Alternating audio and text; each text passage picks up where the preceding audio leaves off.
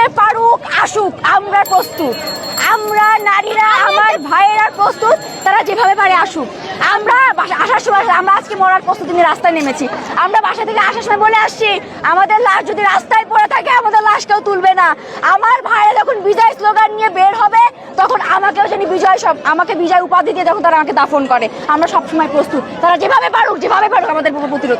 আমি ওবায়দুল কাদেরের কাছে একটা প্রশ্ন করতে চাই, পাল্টা প্রতিরোধ বলতে উনি কি বোঝাতে চাচ্ছেন? ওরা ছাত্র সমাজের সাথে কি ধরনের রক্তাক্ত? প্রশ্ন থাকলো ওবায়দুল কাদেরের কাছে যে আমাদের সাধারণ শিক্ষার্থীদের রক্তাক্ত করে কি তার পাল্টা প্রতিরোধ?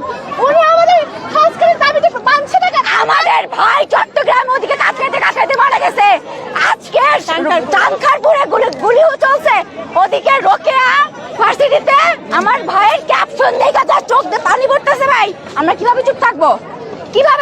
আমরা? তারা যেভাবে পারুক আসুক, তারা যেভাবে পারুক আসুক। তারা যদি মনে করে দেশকে অন্ধকার রাখতে চায়, মেধা শূন্য করে রাখতে চায়, ওকে আমরা জীবন দিতে প্রস্তুত।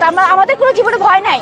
আমরা কালকে যখন আমরা রণক্ষেত্রে আমাদের উপর মারধর করছে, আমাদের সামনে যখন আমাদের ভাইদেরকে রক্তাক্ত করে ফেলছে, তখনই আমাদের জীবন থেকে সম্পূর্ণ প্রকার ভয় চলে গেছে। আমরা এখন মরতেও ভয় পাচ্ছি না। তারা আমরা কিন্তু আন্দোলনে সাধারণ শিক্ষার্থীরা নামছে যৌক্তিক একটা আন্দোলনে। এখানে কোনো ছাত্রলীগ বা অন্যান্য নেতাকর্মীদের কোনো হচ্ছে কিভাবে আটকাবে?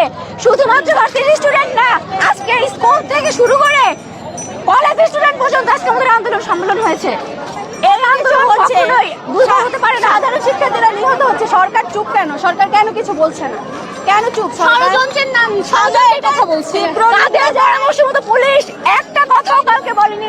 আমার এটা একটা প্রশ্ন যে কাদের পরামর্শ মতো আমার ভাইদের গায়ে গুলি চলছে, আমার ভাইদের আঘাত চলছে, আমি নিজে আহত হয়েছি, আমি নিজে রক্তাক্ত হয়েছি।